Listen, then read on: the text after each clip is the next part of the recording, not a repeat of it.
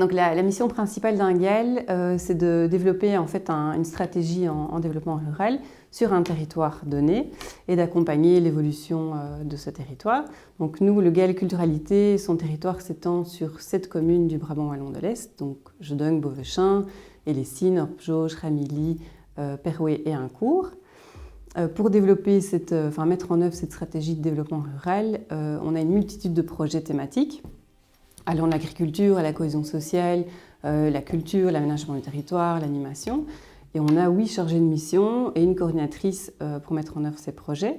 Donc chaque projet a un peu ses objectifs spécifiques, mais de manière générale, ils vont viser à accompagner des dynamiques ou des acteurs, voire initier des dynamiques et des projets avec des partenaires privés, publics, mais aussi des élus, des citoyens, dans le but à la fois de préserver l'environnement, le patrimoine rural, mais aussi de renforcer l'implication citoyenne et stimuler des alternatives en matière d'énergie, de logement, de mobilité. Alors Place aux liens, c'est un projet qui a été lancé en octobre 2020, donc en partenariat avec les plans de cohésion sociale de 3 communes, qui sont Beauvechain, Ramilly et Jedung. La Croix-Rouge est également partenaire du projet. Et donc c'est un projet qui a été initié dans le cadre de la mission de cohésion sociale et qui a pour objectif de briser la solitude des aînés. Et donc comment l'idée c'était de permettre de créer du lien entre des voisins volontaires et des aînés par la formation de binômes. En fait, l'idée est que ces binômes puissent partager des moments qui leur est propre, que ce soit prendre un café, faire une promenade, avoir un échange par téléphone. Et donc, pour nous, c'est vraiment important que ces binômes aient leur pleine autonomie et qu'ils se sentent libres et d'échanger aussi au rythme qui leur est propre, que ce soit consacrer 1 heure de temps par semaine ou une matinée tous les 15 jours.